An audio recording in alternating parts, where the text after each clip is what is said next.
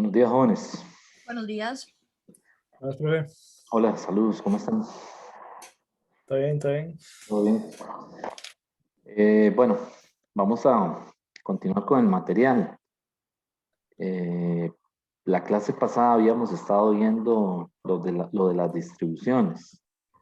Me puse a revisar un poquito en la plataforma, así aleatoriamente, ¿verdad? Las preguntas que hay sobre distribuciones y realmente son problemas cortos.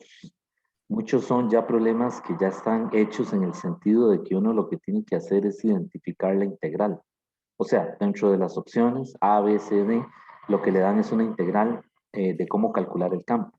Entonces, básicamente, pues lo que necesitamos es poder integrar esta expresión, ¿verdad? El DE es igual a K dQ entre R cuadrado. Eso es lo que queremos, ¿verdad? De tal manera de que yo pueda escribir esto como el campo en el punto P es igual a K integral de dq sobre R cuadrado, ¿no? Entonces, recuerden que el R cuadrado, bueno, el R es la distancia del elemento de carga al punto en donde yo quiero calcular el campo. Okay, entonces esa es la parte algunas veces más difícil, identificar esa distancia, ¿verdad? De ese elemento de carga al punto en cuestión, ¿verdad? Y el dq, pues ya ustedes saben que el dq tiene tres posibilidades, ¿verdad? El dq puede ser lambda por dx, ¿verdad? Lambda por sigma por dA o rho por dv. ¿Ok? Son las tres posibilidades, ¿verdad? Que sea una distribución de carga a lo largo de una barra, en una lámina o en un volumen. Ahora bien, con la ley de Coulomb, es decir, esto que hemos estado viendo con esta ecuación, no le van a salir distribuciones de volumen. Este caso de aquí, rho por dv. ¿Por qué? Porque son integrales triples y en este curso no está, no, el requisito no, es decir, el cálculo 3 no es un requisito. Entonces, si queremos resolver un problema de campo eléctrico con distribuciones volumétricas, salen integrales triples. Entonces, el caso que siempre les va a salir es la distribución, la densidad de carga lineal. Es decir, cuando la carga está distribuida a lo largo de una barra. Ese es el caso que siempre sale, solamente que se lo varían, ¿verdad? Le ponen la barra a lo largo del eje Y o se la ponen a lo largo del eje X y uno lo que tiene que hacer es identificar, es decir, saber ponerle los límites a la integral. Entonces, en las opciones de la plataforma le ponen así, ¿verdad? A, B, C, D y he visto que ponen de una vez la integral. Entonces, lo que le dicen es, ok, le dan una figura y le dicen la integral que mejor o que resuelve este problema es, entonces lo que quieren es que uno escriba o construya esta integral, ¿verdad? Que identifique el dq, o sea, que ponga la integral y no la resuelva, ¿verdad? Porque ya sería un problema de desarrollo, sino simplemente es identificar la integral que resuelve el problema. ¿De acuerdo? Entonces, ¿cuándo vamos a ver rho de v? Ahora, es decir, en el tema que vamos a ver hoy, que es ley de Gauss. Entonces, ley de Gauss es un método para calcular campo eléctrico cuando tenemos distribuciones también lineales, superficiales o volumétricas, pero en particular nos interesan las volumétricas, porque con la ley de Gauss se puede simplificar el problema, perdón, de manera de que no tengamos que resolver una integral triple. ¿Ok? Es decir, con ley de Gauss yo puedo hacer una distribución volumétrica sin necesidad de pasar por una integral triple. Esa es la idea. Ok, entonces el otro caso que les iba a decir que es bueno que lo vean es el caso de la distribución superficial, el disco. Ok, el disco está en la página de la 10ª edición, está en la página 620. Entonces, ese es bueno que lo vean. Es decir, está hecho, ¿verdad? Es un ejemplo hecho, porque es el otro caso de distribución que está dentro de este tipo de sigma de A que aparece en los problemas. Y aunque debería ser una integral doble, el caso del disco se reduce a una integral simple. ¿Por qué? Porque una de esas integrales es una constante, que es igual a 2pi, que es la vuelta del disco. Ok, entonces vean esos casos, ¿verdad? Esos casos son los que usan en los problemas de la plataforma. La distribución lineal, ¿verdad? Una varilla cargada con diferentes posibilidades, ¿verdad? Y el caso del disco. Okay, el disco, el ejemplo está hecho ahí, lo reducen a una integral simple. Entonces es otro caso que se lo podrían preguntar, ¿verdad? O el caso del anillo, que el anillo es coger el alambre y doblarlo. O sea, hacerlo en forma de una circunferencia y aplicarlo a esta ecuación. ¿Sí? Pero entonces, el método es el mismo, ¿verdad? Que usamos para el caso de las varillas que vimos el jueves, ¿verdad? Localizar el elemento de carga, el dq, ¿verdad? La distancia del elemento al punto en cuestión, ¿verdad? Por ejemplo, en el caso del aro, vamos a verlo un momentito, ¿verdad? El caso del aro.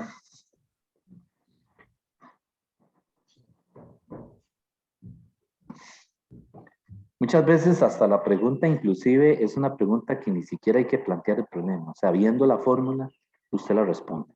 Ok, entonces, por ejemplo, en el caso del aro, que ese está, me parece que está hecho también, sí, está hecho en la página 619, pues lo que le dicen es que hay un aro, ¿verdad? Un anillo que está en un plano y ponemos un sistema de referencia aquí. Un sistema de referencia que sea X, Y y Z. ¿Ok? Y entonces le dicen que el aro tiene una densidad de carga lambda mayor que 0. ¿Ok? Entonces, eso quiere decir que la carga es positiva y está distribuida uniformemente a lo largo del aro. O sea, en toda la dimensión del aro. ¿Ok? ¿Y cómo yo sé que está distribuida uniformemente? Bueno, porque me está diciendo que lambda es positiva y es una constante. Entonces, yo lo que hago para calcular el campo, el de es igual a K de Q entre R cuadrado, ¿verdad? Entonces yo necesito escoger un elemento de carga que pertenezca al aro. Entonces cojo cualquier elemento. Yo cojo uno aquí, por ejemplo. ¿Ok? Y ese elemento, si yo lo veo aquí, o sea, si subtiendo un ángulo, lo que yo voy a ver es algo así, ¿verdad? Con una curvatura muy pequeña, que es un ds. Y esto de aquí es un dz. Ok, entonces este pedacito que está aquí, metido en esa curvatura muy chiquitita, es el dq. O sea, es el elemento diferencial de carga. Entonces yo lo que necesito es, primero que todo, identificar la distancia del elemento de carga al punto en donde yo quiero calcular el campo. En el caso del aro, por simplicidad, el problema siempre se calcula el campo en el eje que pasa por el centro del aro, o sea, el eje Z, este eje de aquí. ¿Ok? Entonces, tiene que ser un punto que esté a lo largo del eje Z. Ese es el punto P. ¿Ok? Y entonces, como la distribución me dice que lambda es positiva y que es constante, pues entonces este elemento de carga que está aquí, el campo en este punto, si yo trazo una línea que una el elemento de carga con el punto P, el campo es radial hacia afuera, por lo que vimos la semana pasada, ¿verdad? Si la distribución de carga es positiva, el campo sale radialmente hacia afuera en ese punto, ¿verdad? Y recuerden que el vector unitario R, que sale de aquí del elemento de carga, siempre apunta al punto P, donde quiero yo calcular el campo. En un video yo había dicho algo mal, incorrecto. Yo dije que el R va en la dirección del E. No, no es cierto. Es decir, el E y el R pueden ser antiparalelos o pueden ser paralelos. Recuerden, en este caso, el R vector unitario, ¿verdad? Y el E son paralelos. Pero, digamos, si la distribución de carga fuera negativa, si le dijeran en un problema en la plataforma que lambda es menor que 0, entonces ya esto no serían carguitas positivas, sino que serían cargas negativas, distribuidas uniformemente. Por lo tanto, el vector de campo ya no está radialmente hacia afuera, sino que estaría apuntando hacia dónde? Estaría apuntando hacia el elemento de carga. Por lo tanto, el E y el R serían antiparalelos. ¿Lo ven? Entonces es muy importante, el vector unitario R siempre apunta hacia el punto en donde yo quiero calcular el campo eléctrico. Y eso puede ser una pregunta conceptual, ¿verdad? Entonces, para que lo tengan presente. Bueno, no sé si hay alguna pregunta de esto que he dicho. Está bien. Ok. Bueno, entonces, esa es la, digamos, suponiendo que las cargas son positivas, el campo está aquí. Entonces, vean lo que pasa en estos problemas. El libro utiliza un argumento de simetría, que ya por ahí les había comentado. El argumento de simetría es que ellos para identificar la dirección del campo, colocan el elemento de carga en otro punto que en el caso del aro esté diametralmente opuesto. Por ejemplo, yo escogí este elemento de carga y yo puedo escoger entonces el que está opuesto en el otro extremo. Entonces, ¿para qué? Para que nos demos cuenta de que cuando yo dibuje el campo para acá, en esa dirección, el campo eléctrico, realmente los componentes en X se cancelan. Eso quiere decir que el campo eléctrico está en la dirección Z. O sea, el campo eléctrico solo tiene componente a lo largo del eje Z. No tiene componente en, digamos, en el plano. O sea, un componente en X y un componente en Z. Sino que solamente está a lo largo del eje Z. ¿Ok? Entonces, eso nos permite concluir, ese argumento de simetría nos permite concluir eso. ¿Qué pasa si uno no ve eso? O sea, ¿qué pasaría si uno no sabe el argumento de simetría? Bueno, lo que va a pasar es que cuando usted hace toda la operación, resulta que el campo aquí, si usted no toma en cuenta este caso, ¿verdad? La simetría del problema, si solamente dibujó este, pues lo que va a pasar es que este es un vector que está en el segundo cuadrante y tiene un componente en Z a lo largo del eje Z y un componente a lo largo del eje X. ¿De acuerdo? Entonces, cuando yo calcule, cuando yo escriba el campo para mí va a ser un D, por ejemplo, yo cojo un ángulo aquí, coseno de phi, ¿verdad? Así. Entonces, el campo va a ser un DE cos de zeta en I, negativo, más un DE seno de zeta en K, positivo. ¿Okay? O sea, si yo no usé el argumento de simetría, voy a escribir el vector de campo. Y lo que estoy viendo ahí es que el campo está en el segundo cuadrante. Entonces tengo que escribir un componente en X y un componente en Z, ¿cierto? Y entonces como está en el segundo cuadrante, este componente es negativo y el otro es positivo. Y suponiendo que yo no sé nada de los argumentos de simetría. Entonces cuando yo esto lo meto en esta fórmula y hago la integral, lo que va a pasar es que el componente en X, que es este de aquí, me tiene que dar 0. O sea, cuando yo haga la integral y le ponga los límites, ¿verdad? Y toda la cosa, resulta que esa integral me va a dar 0. Y solamente me va a quedar la integral que tiene el componente a lo largo de Z, únicamente. Entonces, vean la importancia de esto de la simetría, ¿verdad? Del argumento de simetría. Se evita uno el paso de tener que calcular esa integral, sino que simplemente ya uno sabe que en el caso de aros y de discos, el campo está a lo largo del eje Z, únicamente. ¿Sí? Entonces, este es 0, ¿verdad? Ok, entonces, pues lo que queda es que el campo de aquí sería K por dq, y dq que sería lambda por ds. ¿Qué sería la ds? El ds, bueno, es el elemento diferencial de arco, el ds.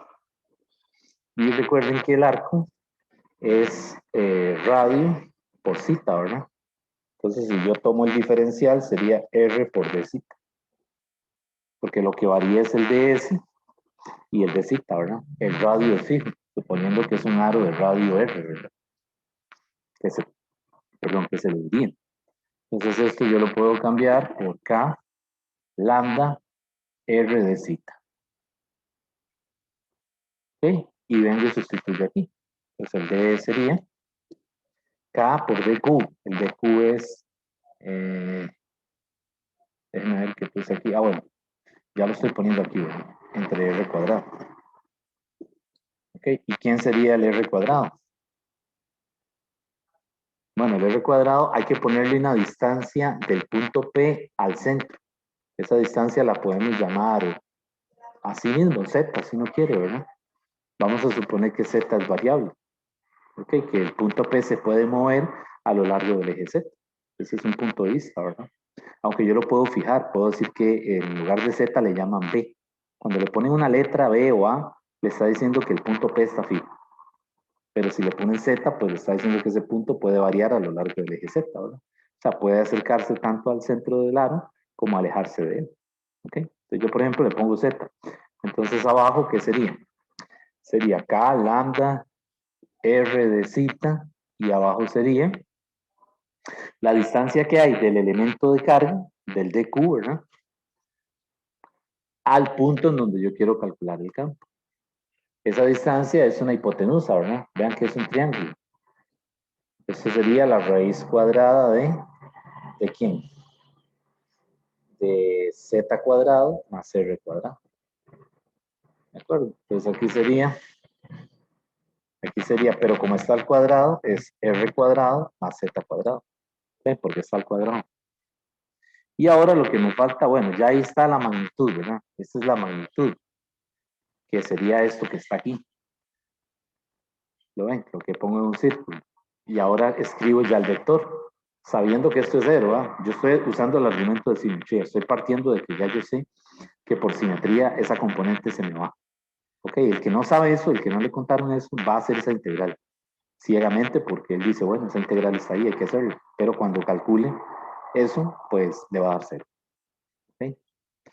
Entonces aquí, pues la integral sería así, yo pongo integral de K, lambda, R de cita, R cuadrado más Z cuadrado, multiplicado por el seno. Y el seno, vean que es el opuesto entre la hipotenusa, ¿verdad? ¿Qué sería el seno de cita? El cita yo lo escogí aquí. ¿Qué sería el seno de cita? El seno de cita sería eh, el opuesto, que es el opuesto al ángulo, sería la B, ¿verdad? Entre la hipotenusa. Raíz cuadrada de B cuadrado más Z cuadrado. Y eso lo tengo que poner aquí, ¿verdad? B entre raíz cuadrada de Z cuadrado más R cuadrado. En K. Y ahí tengo la integral, ¿verdad? Entonces vean que todo es constante en esa integral, ¿verdad? O sea, bueno, la K es una constante, el lambda es constante, el R, el radio es constante. Vean que lo único que varía es el ángulo. O sea, el ángulo cuando uno va a hacer la integración, ¿verdad? Porque vean que yo estoy integrando en el piso donde está el aro, ¿verdad? Que va de 0 a 2pi. Ok, entonces esa integral sería, sacando todo eso de ahí, sería entonces así.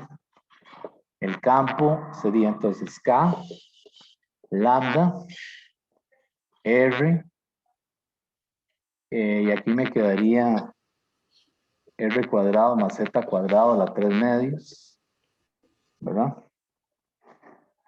B, integral de 0 a 2pi, del de cita, en K. Voy a traer un marcador. Bueno.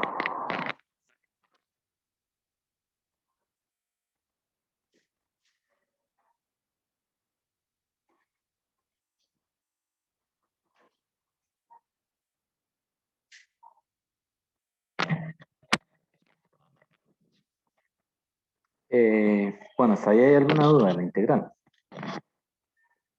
Es que todo es constante, ¿verdad? Entonces la integral solamente depende de cita. Entonces cuando yo hago esta integral, ya es muy sencillo, lo que me queda es 2pi únicamente. ¿Okay? Y entonces por eso es que el resultado que le dan del aro es el siguiente.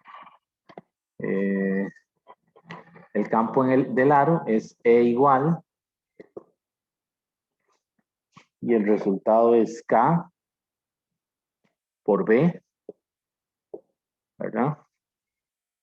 Raíz de R cuadrado más Z cuadrado a la 3 medios en Q. Q. Así, ¿verdad? Ah, bueno, y aquí es Z, perdón. Aquí puse B y es Z, ¿verdad? No sé por qué puse B. Aquí es opuesto que es Z, ¿verdad? Ok. Y ahí tengo el campo de un aro a una altura Z sobre el centro. Entonces, muchas veces las preguntas en la plataforma, he visto algunas, son basadas directamente en esta fórmula. Es decir, hay que hacer algo con esa fórmula. Por ejemplo, ¿qué pasa con el campo si, qué sé yo, el radio se duplica o la altura del punto se triplica o algo así, ¿verdad? Es decir, la pregunta ni siquiera tiene que ver con esto, ¿verdad?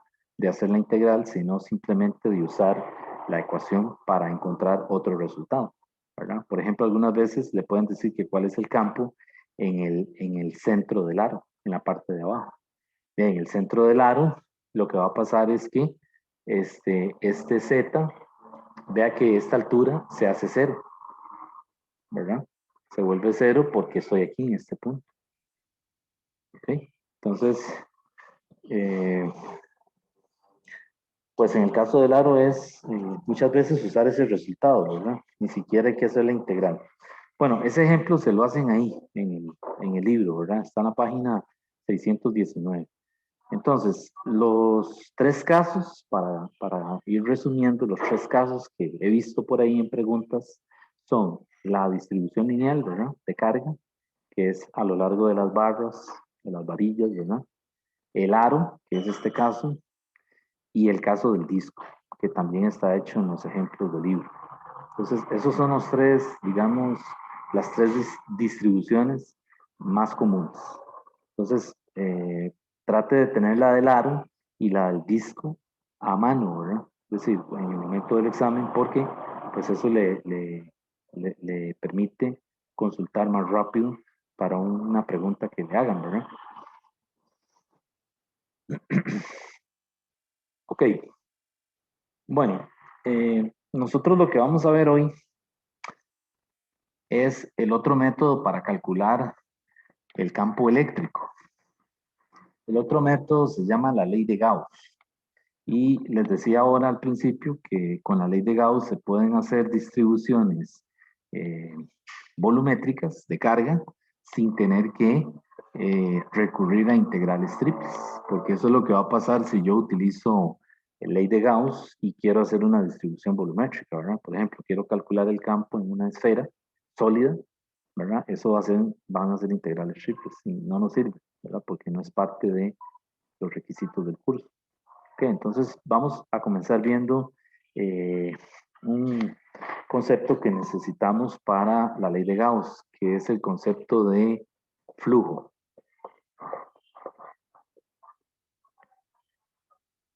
Flujo eléctrico. Okay. Esa palabra se quedó ahí porque la gente que estudió el electromagnetismo al principio utilizaron la mecánica de fluidos, porque es decir, el aparato matemático es muy parecido. Pero realmente en campos electrostáticos, como los que estamos estudiando, nada fluye, ¿de acuerdo?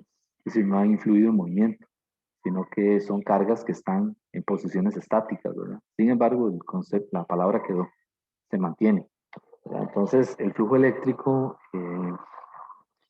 está relacionado con las líneas de campo y con la magnitud del campo eléctrico, y está definido de esta manera. De forma general, el flujo eléctrico vamos a denotarlo con una letra griega mayúscula, phi, y le ponemos un subíndice E para referirnos a que es el flujo eléctrico. O sea, esta letra griega mayúscula siempre se ha utilizado para flujo y está definido como el producto punto del campo eléctrico y el área. ¿Ok? Esto es flujo. Esto es campo. Y esto de aquí es área. Vean que ahora el área tiene un carácter vectorial, ¿verdad? Cosa que nunca lo habíamos visto así, ¿verdad? Siempre el área para nosotros ha sido un escalar, ¿verdad? Bueno, resulta que ahora se comporta como un vector, similar a como ustedes lo ven en cálculo 3, la misma notación, ¿verdad? Matemática. Ok, entonces aquí lo que vamos a tener es una superficie, ¿verdad? Dada que la atraviesan las líneas de campo eléctrico. Ok, por ejemplo, imagínense una superficie plana, como que si fuera una hoja de papel, ¿verdad? Ok, entonces esa superficie tiene un área A. Y resulta que ahora, y estas son las líneas de campo, ¿verdad? Las líneas de campo eléctrico. Y resulta que ahora el área se puede representar por un vector que siempre va a ser perpendicular a esa superficie. O sea, yo tengo una superficie cualquiera, arbitraria, ¿verdad? Y el vector A siempre va a ser perpendicular a esa superficie.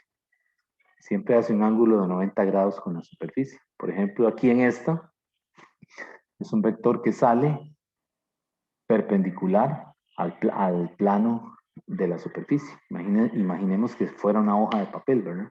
Y que las líneas de campo están atravesando la superficie. Entonces hay un vector de campo que sale de la superficie. Es decir, nunca entra, sino que sale de la superficie. ¿Ok? Ahora, el vector de área no tiene que tener el mismo sentido que el campo. Podría ser que no tengan el mismo sentido, ¿verdad? Entonces vean que el flujo eléctrico es un escalar, porque está representado, ¿por qué? Por un producto punto. Vean que lo que hay aquí es un producto punto del campo eléctrico y el vector de área. Pero recordemos el producto punto, ¿verdad? Lo habíamos visto en física 1. Nos dijeron que A punto B era igual a ¿qué? A A por B por el coseno del ángulo que está entre A y B, ¿verdad? Es decir, nos decían que eran un par de vectores concurrentes que están en el mismo plano, ¿verdad? Y que tiene un ángulo zeta AB. Ese es el vector A y ese es el vector B.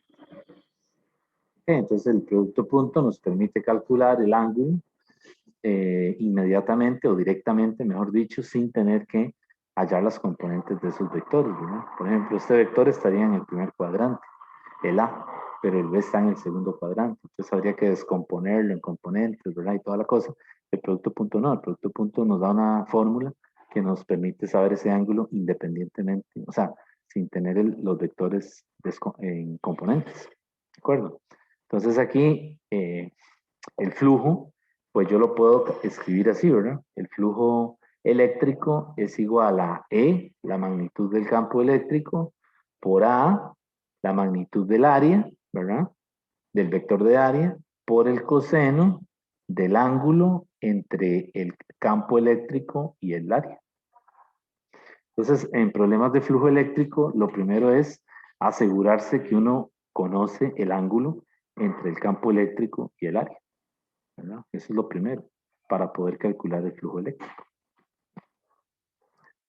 ¿Ok? Entonces, vean que así como el producto punto podía ser 1, puede ser 0, puede ser distinto de 0, puede ser negativo, aquí el flujo también. Es decir, nada más que ahora esos valores tienen un significado particular, ¿verdad? Vamos a ver, el flujo.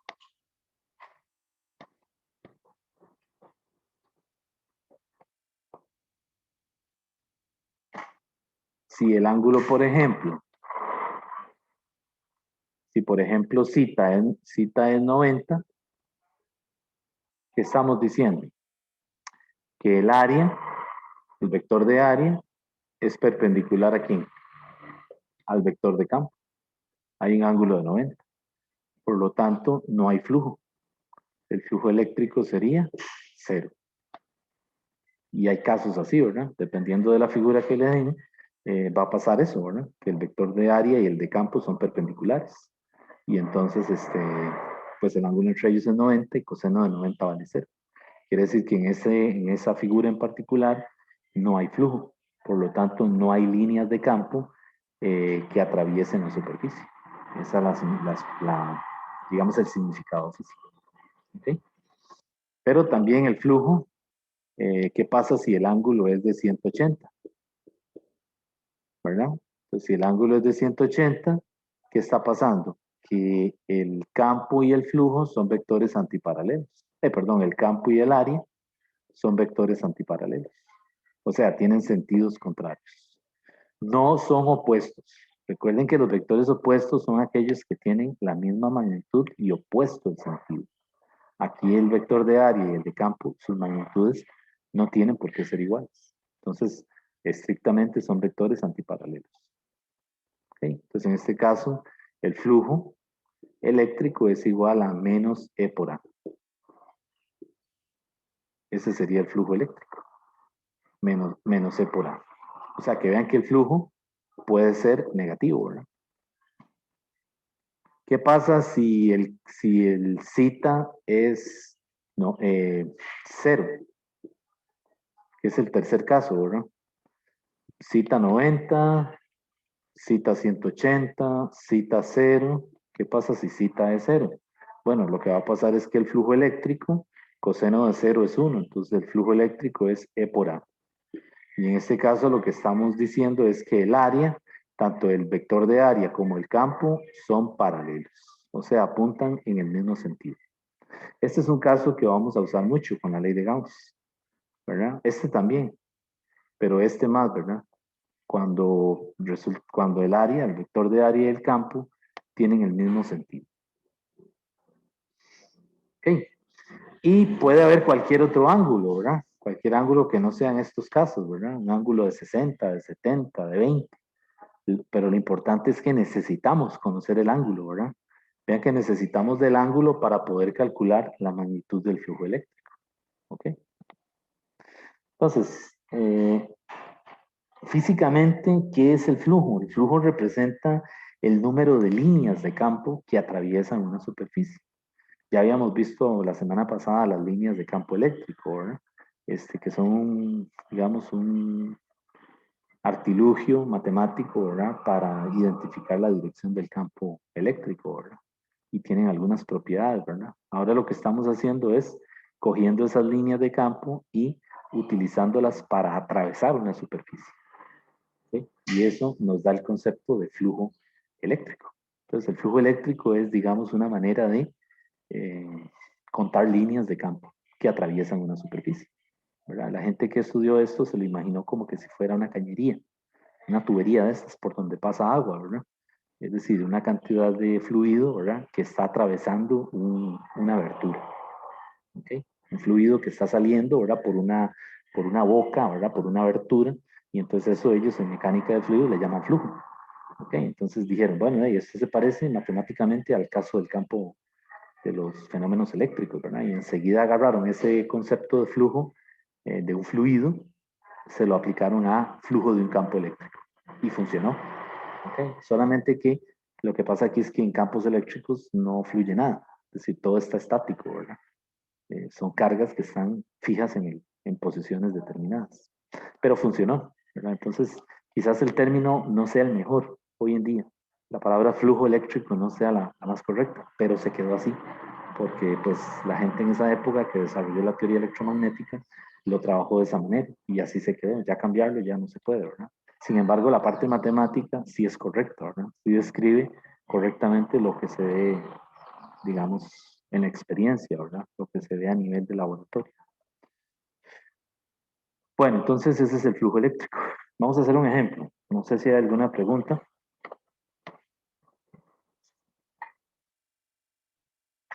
Bueno, la otra cosa es, antes de hacer el ejemplo, eh, el flujo eléctrico también tiene una versión con una integral, ¿verdad?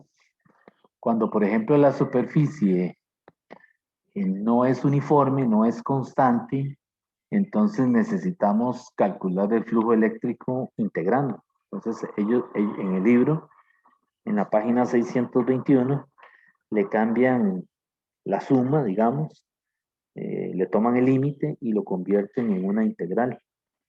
Y entonces se lo ponen así. Le dicen que, eso está en la página 622, le dicen que el flujo eléctrico de forma general se puede calcular así. La integral de, le ponen aquí, vamos a ver, le ponen de punto de A, de punto de A, de esa manera. Y aquí le ponen integre sobre la superficie en particular. O sea que esto realmente es una integral doble, ¿verdad? Pero aquí no lo hacemos así. Sí, evitamos pasar por ahí, ¿verdad?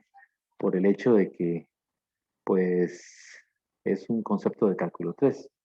Así que esta versión de integral doble, pues, no la manejamos directamente así, sino que la manejamos de esta manera. Es decir, queremos ponerle límites a una integral, ¿verdad? Sencilla, a una integral simple.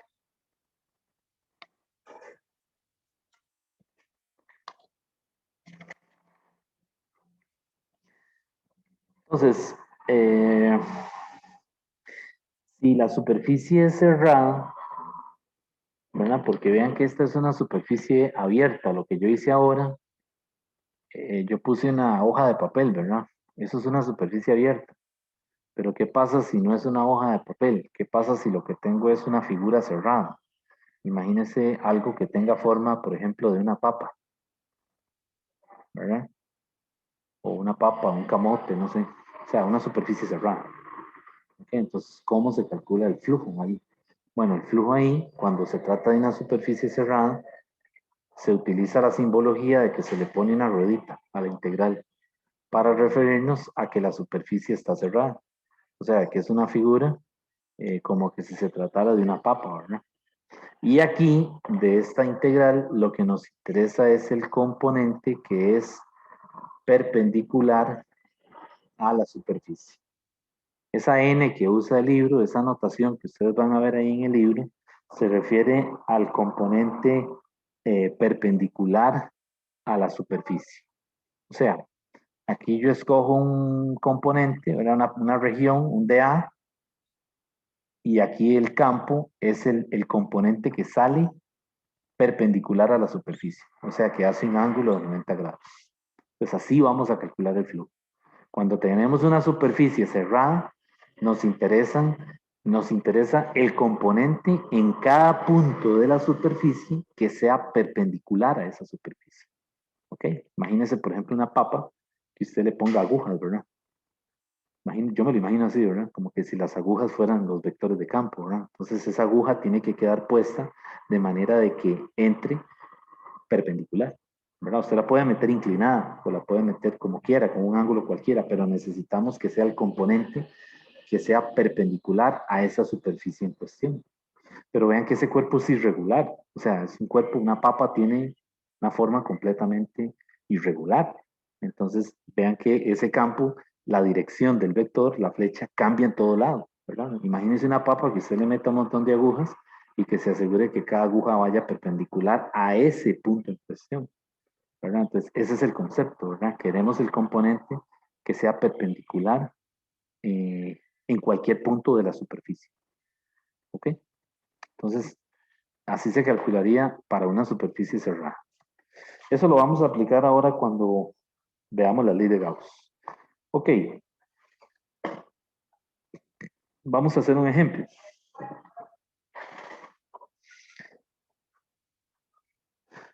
De flujo eléctrico. El flujo eléctrico lo van a volver a ver en física general 3, ¿verdad? Para los que tengan que tomar la física 3, porque ahí lo vuelven a ya ver más, de forma más general, ya integrado también con fenómenos magnéticos, ¿verdad? Es decir, cuando ya se vea las ecuaciones de electromagnetismo, eh, donde se incluye obviamente campo magnético, ¿verdad?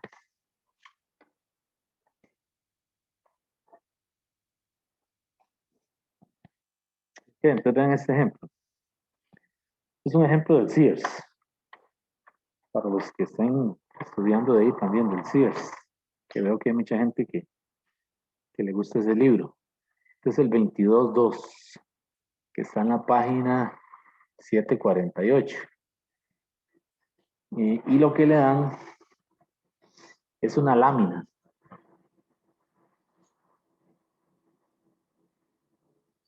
Que tiene un vector de campo que hace un ángulo de 20 grados con la horizontal. O sea, yo lo estoy viendo así como en 3 dimensiones, ¿verdad? O sea, así, ¿verdad? X, Y, Z. Pero si lo veo de perfil, o sea, si veo la lámina, la voy a ver así, ¿verdad? Entonces lo que estoy viendo es el campo que hace un ángulo así, de 20 grados. ¿Ok?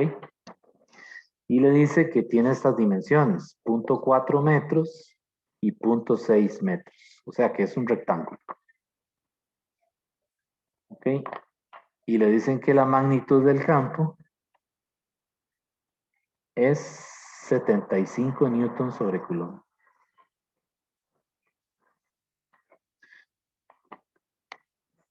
Vamos a leer el enunciado del problema.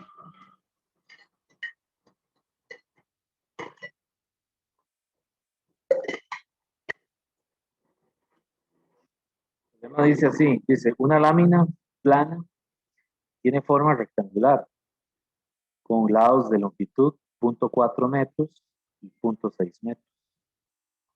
La lámina está inmersa en un campo eléctrico uniforme, o sea, constante, ¿verdad? De magnitud 75 newtons sobre coulomb, dirigido a 20 grados con respecto al plano de la lámina.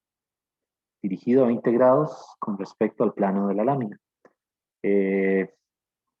Dice, encuentre la magnitud del flujo eléctrico a través de la lámina. Está pidiendo la magnitud del flujo eléctrico.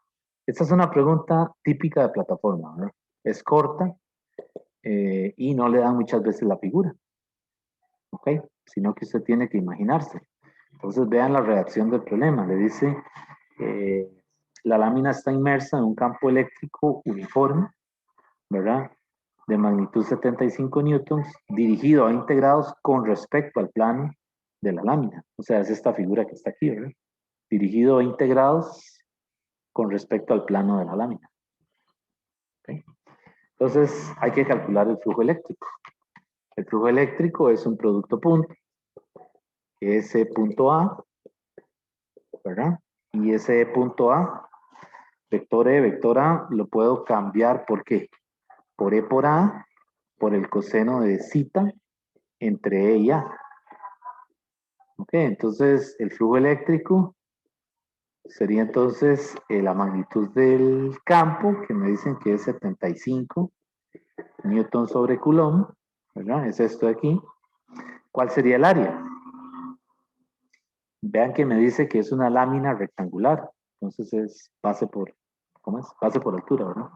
O largo por ancho, ¿verdad? Entonces aquí sería multiplicado por 0.6, 0.4 por 0.6. Esa sería el área. ¿Ok? Esto que está aquí. Por el coseno. Y ahora sí, la pregunta es, ¿cuál es el coseno? Digo, ¿cuál es el ángulo? Perdón. ¿Cuál ángulo usamos ahí? ¿Usamos 20? ¿O usamos 90? ¿O usamos 0? ¿Cuál usamos? ¿O usamos 70? ¿Cuál usaríamos? Será 70. Es 70, sí, claro, es 70 porque recuerden que el vector de área es, siempre tiene que ser perpendicular a la superficie. Entonces, el flujo, el campo eléctrico va así, ¿verdad? Va atravesando la superficie así. Y necesito, y el vector de área es perpendicular. Entonces, el ángulo que hay entre el campo y el área, el ángulo que hay entre el vector área y el campo es el complemento de 20, que serían ¿cuánto? 70. Entonces aquí serían coseno de 70 grados. Y ahí calculo el flujo. Yo lo hice y a mí me da 6.16. Tal vez si alguien revisa ahí, por favor. 6.16. ¿Y qué unidades tiene el flujo? Vamos a ver. serían Newton, metro cuadrado, sobre Coulomb. Esas son las unidades de flujo. Newton, metro cuadrado, sobre Coulomb.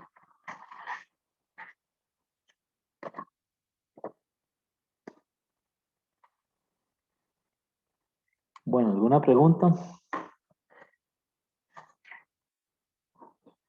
Ahí. Revisen que sean 6.6. Sí, me da igual. Ajá, bueno, gracias.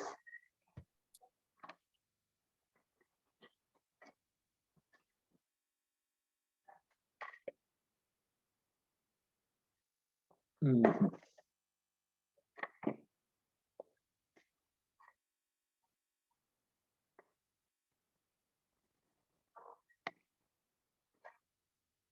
Mm.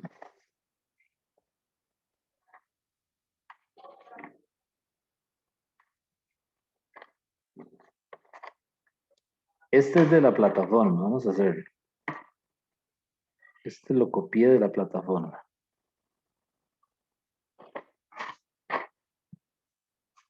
Ok, este es sencillo, ¿verdad? Bueno, ni tan sencillo porque se equivoca la gente, ¿verdad? Yo he visto gente que usa el 20 grados, ¿verdad? Se van con todo, porque no tienen el concepto de que es el ángulo entre el área y el campo eléctrico, ¿verdad?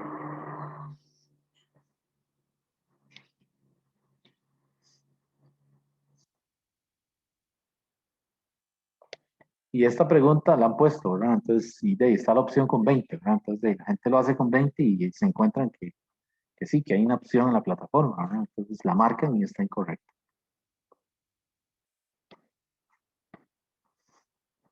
Ok, este caso es tomado de la plataforma, le dan esta figurita. Le dan, vamos a ver si me sale, pues yo soy muy malo dibujando.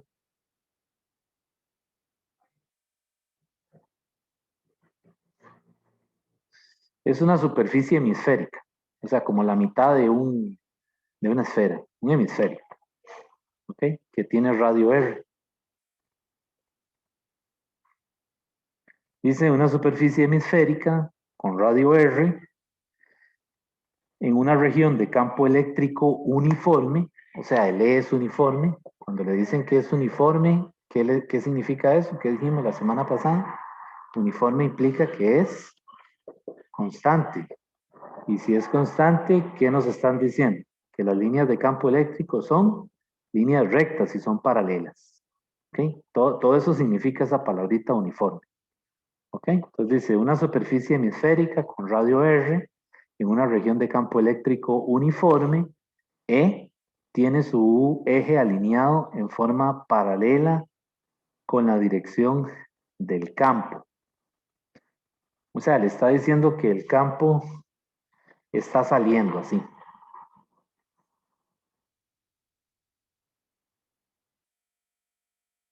Pero esto no se lo dice. O sea, esas líneas que yo estoy dibujando no las pone. O sea, si yo lo veo desde arriba, yo lo que estoy viendo es esto. Y la notación que se usa es que al punto se le pone una ruedita. Pero todo esto el problema no lo dice. O sea, esto se lo estoy agregando yo. Y esta notación significa que el E sale. O sea, va hacia arriba. En la plataforma solo le hicieron la figurilla del hemisferio, nada más. Y le ponen esto. Le dicen, vuelvo a leer, dice una superficie hemisférica con radio R en una región de campo eléctrico uniforme, vector E, tiene su eje alineado en forma paralela con la dirección del campo. O sea, le está diciendo que el campo es paralelo al eje que pasa por el centro de la superficie hemisférica. O sea, le está diciendo que las líneas de campo son líneas verticales paralelas, ¿ok? Y que llenan o que, digamos, el hemisferio está inmerso, metido ahí, ¿verdad?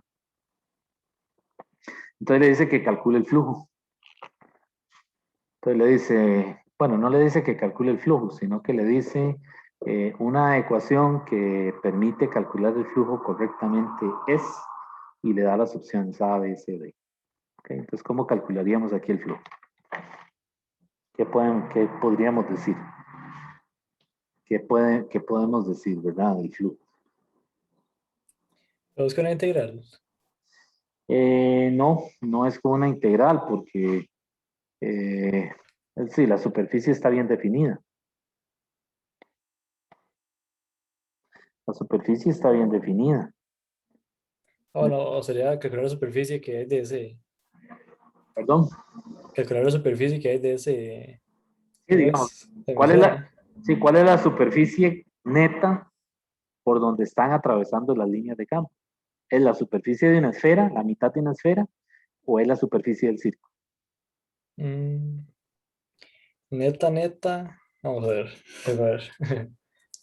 Vean que, bueno, mientras ustedes piensan eso, vean que el área de la esfera es 4 pi r cuadrado. ¿No? Aprovecho para recordar eso. El área de un círculo es pi r cuadrado.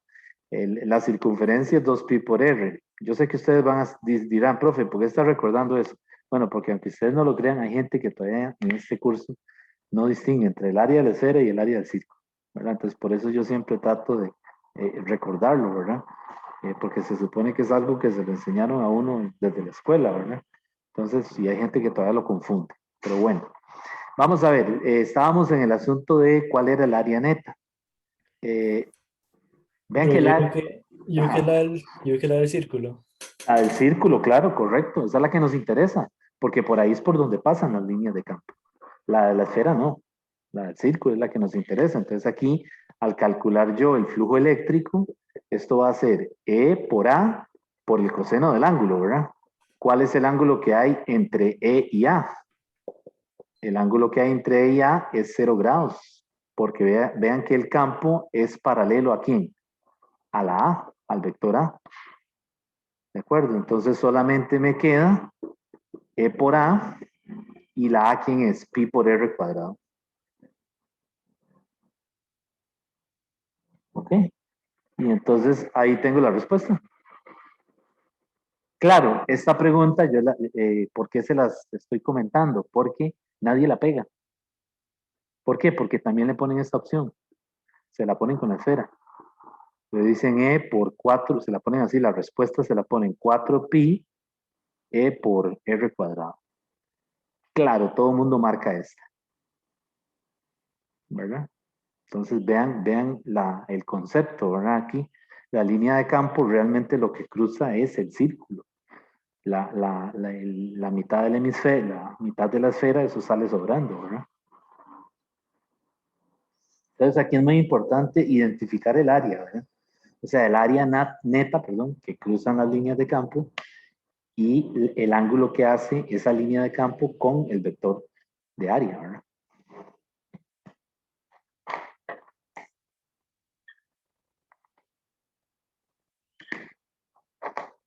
Entonces ese si le sale, ya ese, eh, pues ese tienen que, ya,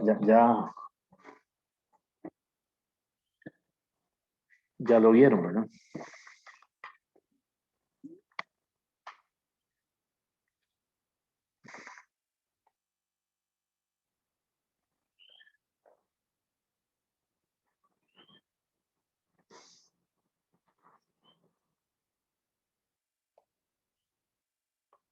Profe, Sí, dígame.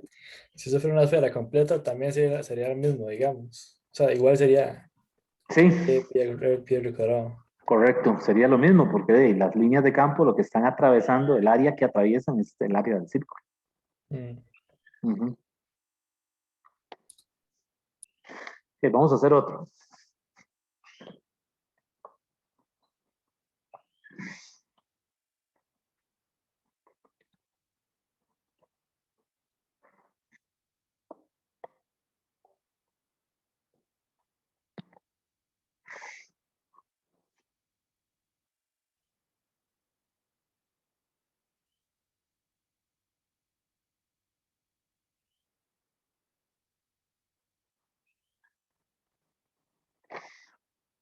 Vean este caso. Este es un problema que creo que está en no es del Sears, pero sí lo he visto en plataforma. Le dan un cono.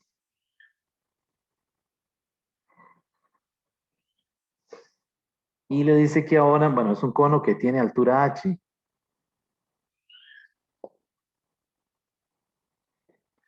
Y que tiene radio R. Y le dice que las líneas de campo van así.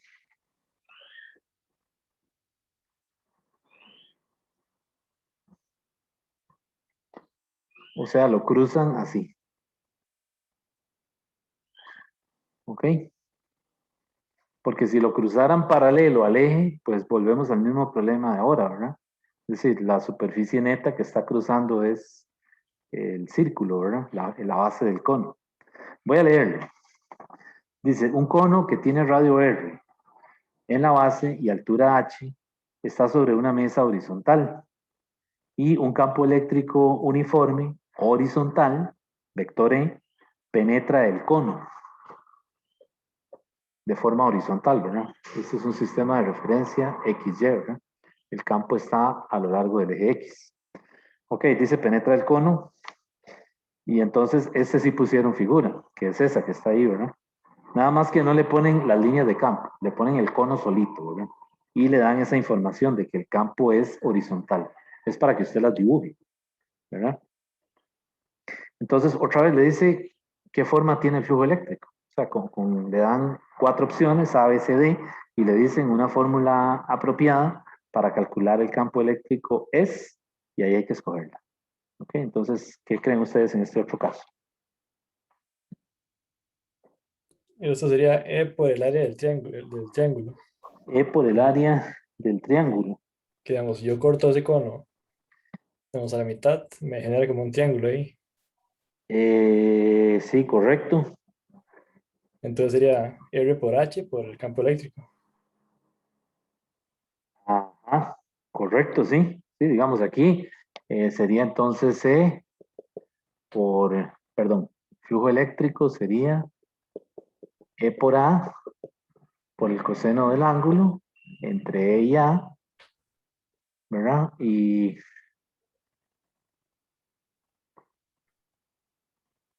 sí, realmente si yo corto esto, lo que estoy viendo es algo así, ¿verdad? Es lo que usted me dice. Ajá. Sí, correcto. Entonces el campo estaría viéndolo, digamos, de frente. Si yo hiciera un corte, estaría viendo esto, ¿verdad? Que el campo sale hacia mí, ¿verdad? Viéndolo por aquí, ¿verdad? Si yo lo estoy viendo aquí, yo estoy viendo esto, ¿verdad? Entonces, el área también sale ahí, ¿verdad? Sería un vector que está así como el marcador. Entonces, el coseno del ángulo, este ángulo también es 0 grados, ¿verdad? Y entonces el flujo eléctrico sería la E, la magnitud del campo, por el área, y el área son 2 pedazos, ¿verdad? Sí, Son dos, pero, son ajá, dos, entonces pero, sería 2 por 1/2, por la base que es R, por la altura que es H. ajá. Y entonces queda 2 y 2, se van, y queda entonces ERH. Ese sería el campo. ¿Correcto? Esa es la respuesta.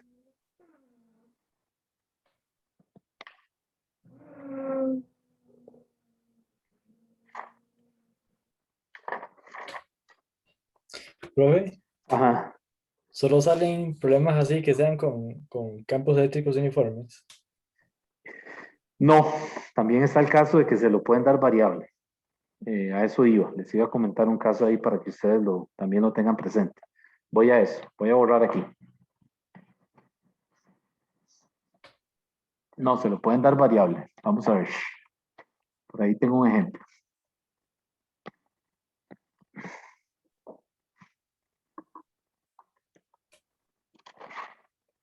Si le dan un campo eléctrico variable, probablemente haya que integrar. Eh,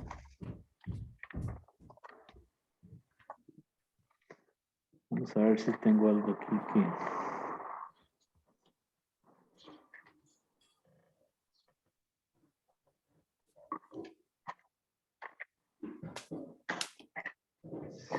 Es que también le pueden dar esto, ven.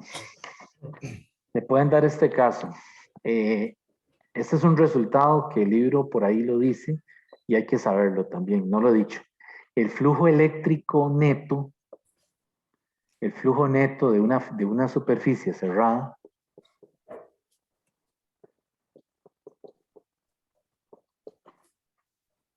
es igual a cero. Ese es otro resultado que no lo he dicho. Entonces, por ejemplo, si yo, por ejemplo, tengo un cubo, ¿ok? Tiene 6 caras, ¿verdad? Entonces está el área 1, el área 2, la que está por allá, ¿verdad? La que está opuesta, el área 3, la tapa de arriba, el área 4, la tapa de abajo, el área 5, la tapa de la derecha y el área 6, la tapa de la izquierda, ¿verdad? Entonces, si a uno le dan un cubo o una figura cerrada o el mismo cono, ¿verdad? Que le dieran el cono, tiene dos áreas, ¿verdad? O sea, tiene dos, el área lateral, el área 1 y tiene el área 2 también, la de la tapa, ¿verdad? Entonces, en estos casos, el flujo neto, que sería entonces la suma de todos los flujos a través de cada área, por ejemplo, el del cubo sería Φ1 más Φ2 más Φ6, eso al final, cuando usted sume, le tiene que dar 0. Igual aquí, en el caso del cono, si yo conociera el flujo neto a través del área lateral, el Φ1 más el Φ2 me tiene que dar 0. Entonces, ese es un resultado que hay que tenerlo presente en los problemas también de la plataforma. Si le hablan de una figura cerrada y le dan datos, no se les olvide que si le piden algo acerca del flujo neto, cuando usted sume eso, le tiene que dar 0. ¿Ok? O algunas veces en el problema del cono le dan el flujo del área lateral, o sea, el área de todo, digamos, de la parte de arriba, ¿eh? Y le dicen que cuál es el flujo de la tapa, cuál es el flujo de la tapa, o sea, de la tapa que está abajo. Y ahí no le dicen que, no, lo que no le dicen es que la suma tiene que ser 0. ¿De acuerdo? Entonces uno sabe que si ya conoce el flujo de arriba al Φ1, el Φ2 tiene que ser lo mismo, pero con signo opuesto, para que sumen 0. Entonces ese es otro resultado que hay que saberlo, ¿verdad?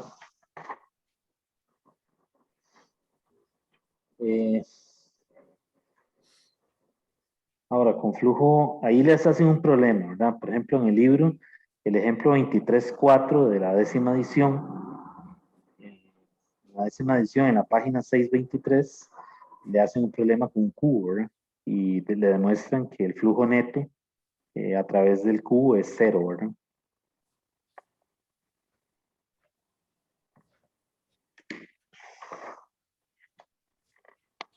Ahora, usted me decía de un flujo variable.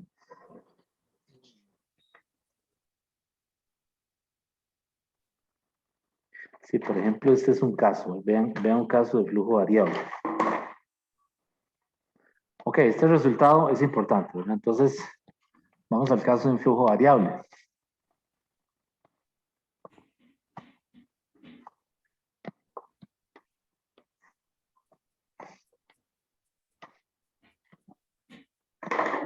Este es del CIES.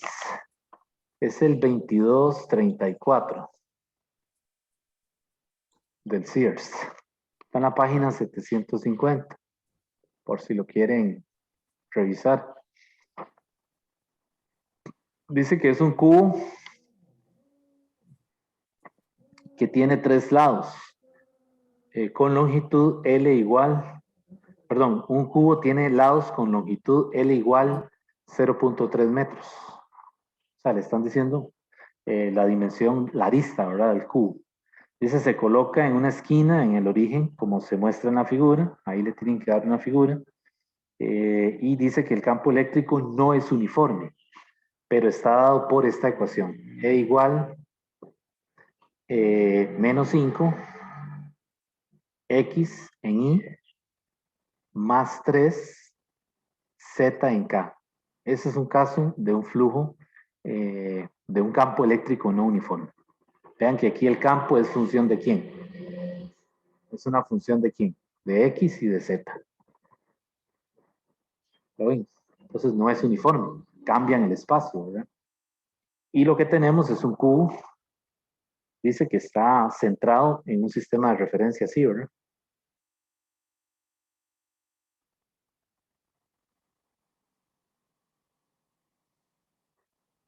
Algo así, ¿verdad?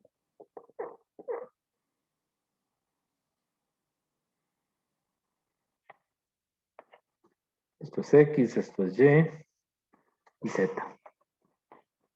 Entonces, ¿qué le pide el problema? El problema lo que le dice es que calcule el flujo eléctrico a través de cada una de las 6 caras del cubo. O sea, tiene 6 caras, A1, A2, A3, etcétera, ¿verdad? Y le dice, y determine, ahora el problema le dice, determine la carga eléctrica total dentro del cubo. O sea, la carga que está contenida aquí adentro del cubo. Ese es otro problema típico de plataforma. El famoso cubo con la carga adentro. Ok, entonces aquí lo que quieren es que usted utilice, eh,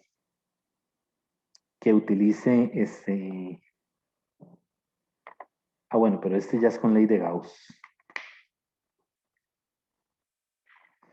Pero igual, vamos a dejarlo planteado, para no dejarlo así quitando, ¿verdad? Es que ya este es con ley de Gauss. Cuando hay carga dentro del cubo es porque estamos ya utilizando la ley de Gauss, que aún no he visto. Pero, pero voy a plantearlo. Es decir, la ley de Gauss, rápidamente se las voy a poner. La ley de Gauss es esta. La carga neta es igual a epsilon cero por el flujo total. Entonces, el flujo total es el flujo neto, pero en el caso de que haya carga dentro del cuerpo, el flujo neto no es cero. Esa es la otra cosa. ¿Ok? O sea, si el cubo está vacío, si el cubo está vacío, el flujo neto es cero.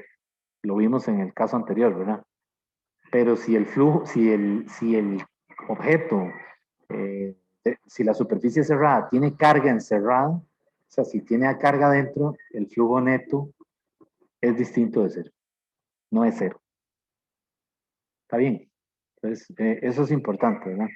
Y mejor que lo vimos aquí, ¿verdad? Si es un cubo vacío, el flujo neto es cero. Tiene que sumar cero. Pero si el cubo está con carga en el interior, el flujo neto no es cero. ¿Ok? Profe, Sí. pero digamos, si tiene carga en el interior, ¿podría ser cero o definitivamente no puede dar cero nunca? No, no es cero. El flujo neto no es cero mientras haya, ¿cómo se llama? Mientras tenga carga en el interior del cubo. Puede ser positivo o negativo, pero no es cero. Siempre que esa carga encerrada encierre, valga la redundancia, o lo dije mal, siempre que la carga, la superficie cerrada encierre carga, el flujo neto no es cero. Ahora, si la superficie cerrada adentro está vacía, el flujo neto dijimos que es cero. ¿Ok? Entonces, en este problema, la cosa es que hay que calcular todos los flujos de cada cara y luego sumarlos. Ok, entonces, por ejemplo, yo calculé, por ejemplo, el de la superficie S1. Déjenme ver cuál es porque no tengo la figura aquí. Problema, vamos a ver.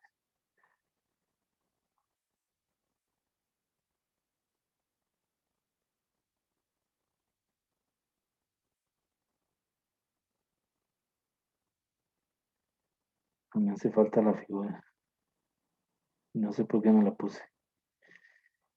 O sea, ahora yo no sé quién es A1 y quién es A2. ¿Será con respecto a esta figura? Ok, vamos a hacerlo para esta. Vamos a suponer que este es S1. Que esta cara de aquí, no la que está frente a mí, sino esta, digamos la izquierda, es S1. Es la superficie de S1. Y entonces, si yo le pongo a esto Y, y a esto le puse...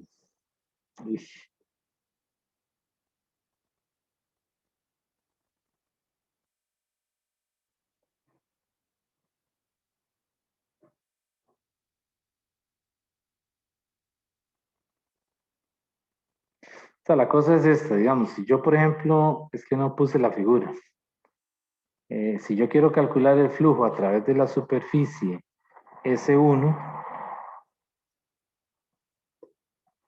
que sería el campo por el área, por el coseno del ángulo, el ángulo siempre va a ser cero, ¿verdad? Porque en cualquiera de las caras, eh, pues el vector de área siempre va a ser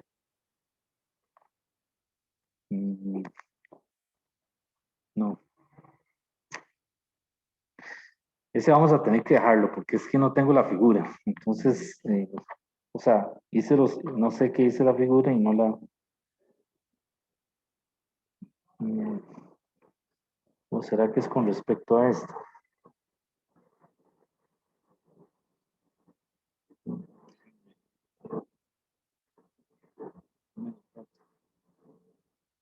Sí, yo le llamé a esto, vean, esto es Y, esto es Z y esto es X. ¿Ok? Entonces, eso sí está bien. ¿Cuál sería el vector, el área? El vector de área es la magnitud de A por el vector unitario normal. Esa es la notación que se usa cuando queremos denotar el vector de área. Es la magnitud por el vector unitario. Y ese n es un vector unitario normal, porque siempre es perpendicular a la superficie de la cara, ¿verdad? Vector unitario normal se llama. Y ya sabemos que como es unitario, la magnitud de n es igual a 1, ¿verdad? Entonces, en este caso, si la cara S1 es esta, ¿cuál sería el vector unitario? ¿Quién me dice? Sería igual a quién. En este sistema de referencia Z, Y, X, vean que el vector de área está apuntando para allá, ¿cierto? Entonces está apuntando en la dirección del eje Y negativo. Quiere decir que el N sería ¿quién? Menos J. ¿Está bien? Entonces sí es esta cara la que estoy usando.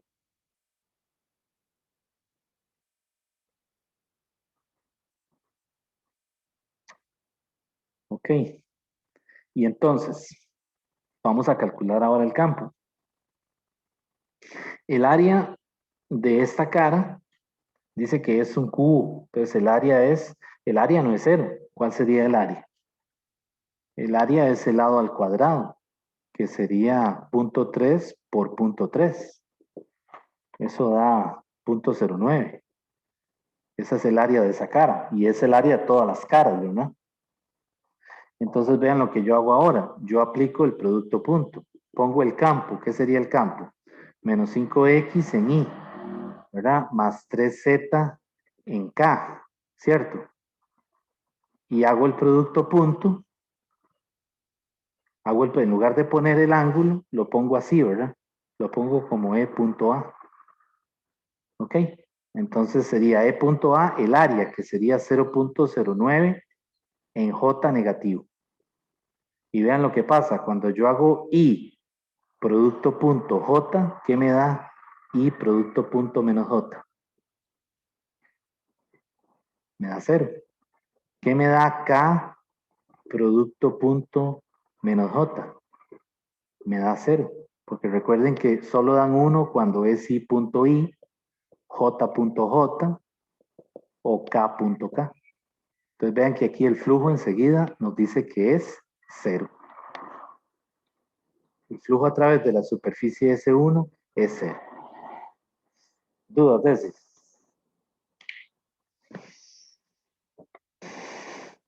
Vamos a hacer otro en donde no es 0. ¿De ese alguna pregunta? O sea, estoy usando directamente la definición del producto punto. Entonces las superficies son, esto sí lo tengo, es que se me olvidó hacer el dibujo, pero básicamente es esto, ¿verdad? La superficie S2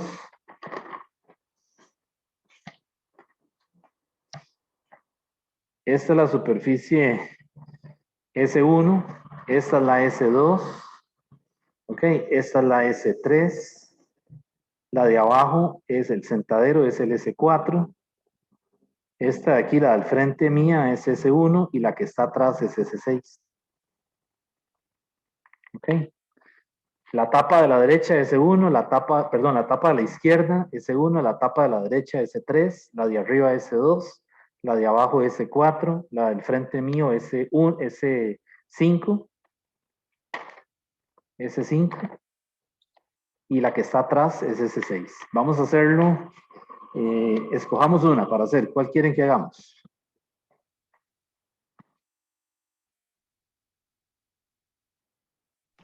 S4. S4. Ok, vamos a ver S4. Vamos a ver S4, estamos en S4, que es la cara, dijimos que es la cara que está por debajo. Ok, el sentadero. Bien, entonces vamos con S4. Pongo la fórmula, ¿verdad? Voy a calcular el campo como phi, el flujo a través de la superficie S4 es el campo, producto punto por el área, ¿verdad? El área, ¿cuál sería el vector unitario ahí? Sería la magnitud del área, que es 0.09 metros cuadrados. ¿Y cuál es el vector unitario? Vean que es la tapa que está por debajo, está opuesta al eje Z. Quiere decir que aquí sería ¿qué? Menos K. ¿Están de acuerdo? Y ahora lo que hago es hago directamente el producto punto en S4, que sería menos 5X en Y, ¿verdad? Más 3Z en K, y hago el producto punto con 0.09. Voy a quitarle las unidades, ¿verdad? Menos K. Ok, entonces aquí sería I punto K, I punto menos K, eso me da 0. Pero K punto K, ese no me da 0. Entonces vean que el flujo en S4 es 3Z, ¿verdad? En K, producto punto 0.09 en menos K. Y K punto K me da ¿cuánto? 1. Entonces me queda que el flujo neto, el flujo a través de la superficie S4 va a ser 3Z, bueno, negativo 3Z por 0.09.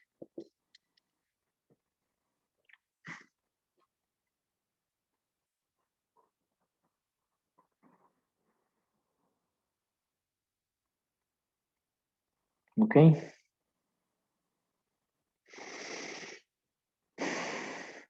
¿Y qué más hacemos ahí?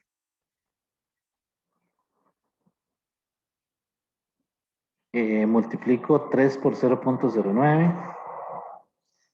Vamos a ver cuánto da. 0.27, entonces me queda menos 0.27 Z. ¿Y Z cuánto vale?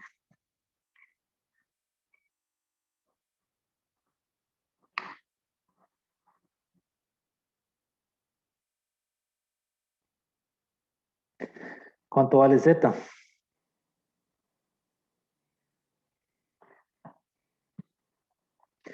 Vean que el cubo dice que se coloca con una esquina en el origen. ¿De acuerdo? Entonces Z ahí vale ¿cuánto? 0.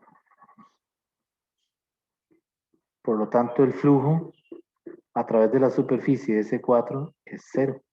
Igual que el flujo a través de la superficie de S1. Entonces también esos son 0. Calculemos uno que no sea 0, para que no quede la falsa impresión de que todos son 0. Esta hay dudas, el S4, ¿cómo se calculó? ¿Está bien? Ok, vamos a hacer uno que no sea 0. Por ejemplo, voy a hacer el caso, el S5. Ok.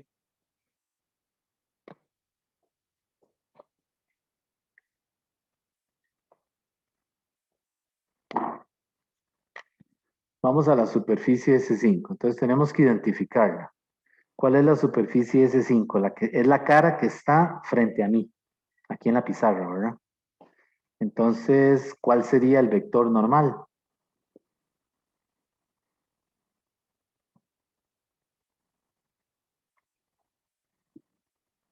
¿Cuál sería el vector normal ahí?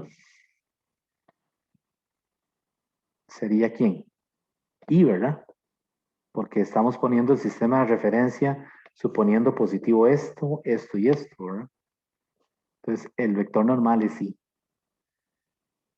Ok, el área es entonces 0.09 metros cuadrados en I. Y ahora el flujo a través de la superficie S5 sería entonces el campo, que es menos 5x en I, más 3z en K, ¿verdad? Producto punto 0.09 en I. Entonces ya sabemos que K punto I es 0, ¿verdad? Entonces solamente me queda menos 5x, ¿verdad?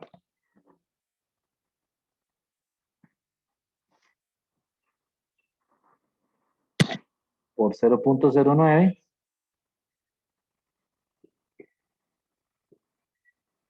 y punto I. Y esto es 1, ¿verdad? Entonces me queda menos 5x.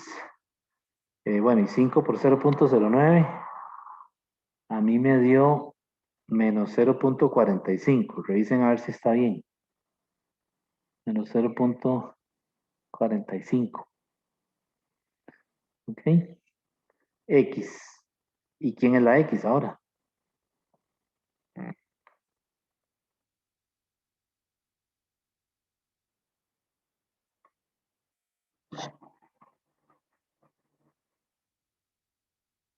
¿Cuánto vale la X? Anteriormente la Z, ¿cuánto valía? 0, ¿verdad? Pero era porque estábamos en el plano S4 abajo, ¿verdad?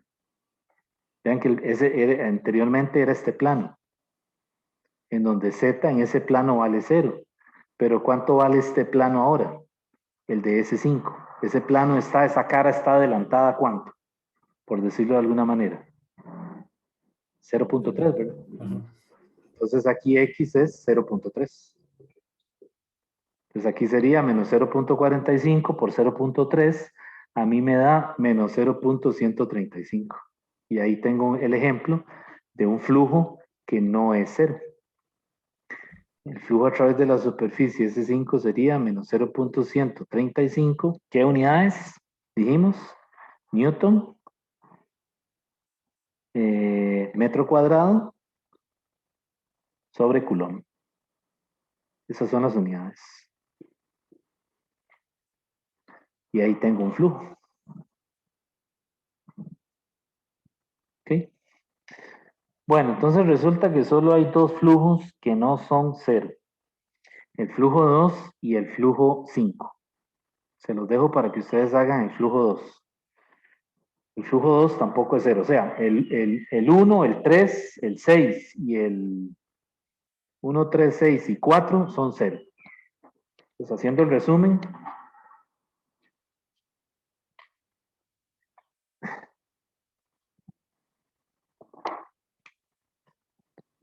el S1 es igual al S3, es igual al S4 y es igual al S, ¿cuál otro? El 6, ¿verdad? Y esto es igual a 0. El flujo en 2, que ese no lo calculé, se los dejo para que ustedes lo calculen. A mí me dio 0.081. Newton, metro cuadrado, Coulomb. Digo, Newton, para ver cómo lo puse. Sí, Newton, metro cuadrado, Coulomb.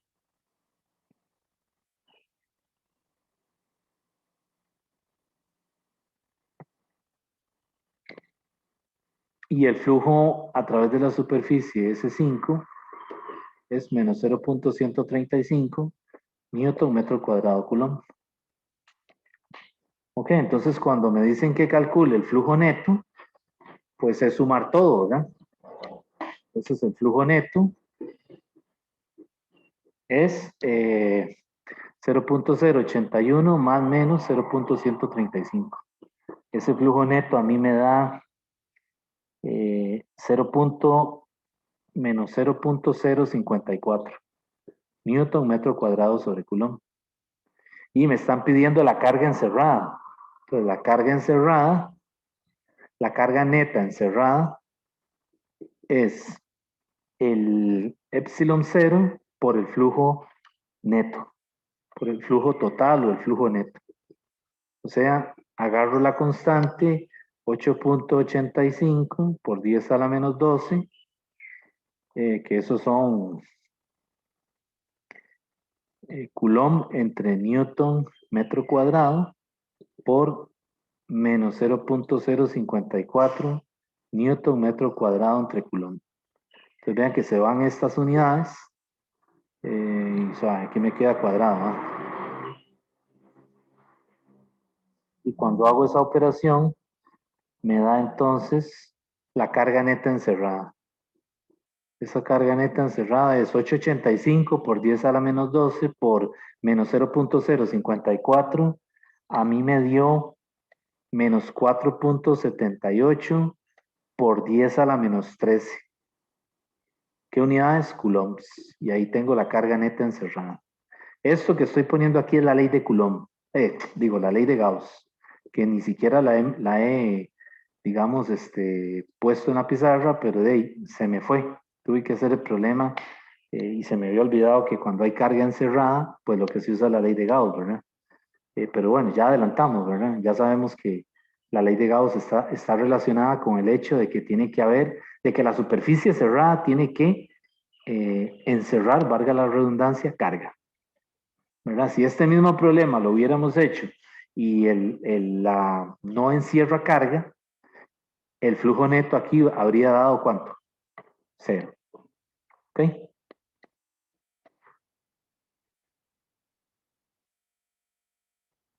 Bueno, ¿alguna pregunta?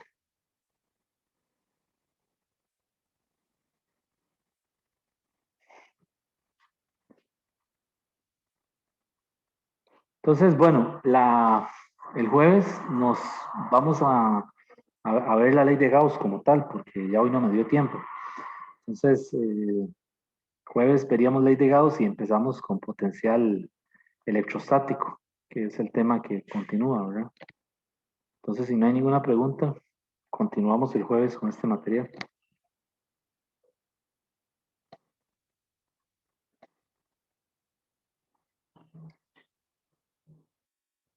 No hay dudas. No, no, creo que todo está bien. Ok, está bien. Bueno, entonces, pues nos vemos el jueves, entonces, jóvenes. Hasta luego. ¿No, profe? Gracias, profe. Bueno, con gusto. Ok, hasta luego. Hasta luego, profe. Ok, pura vida, hasta luego.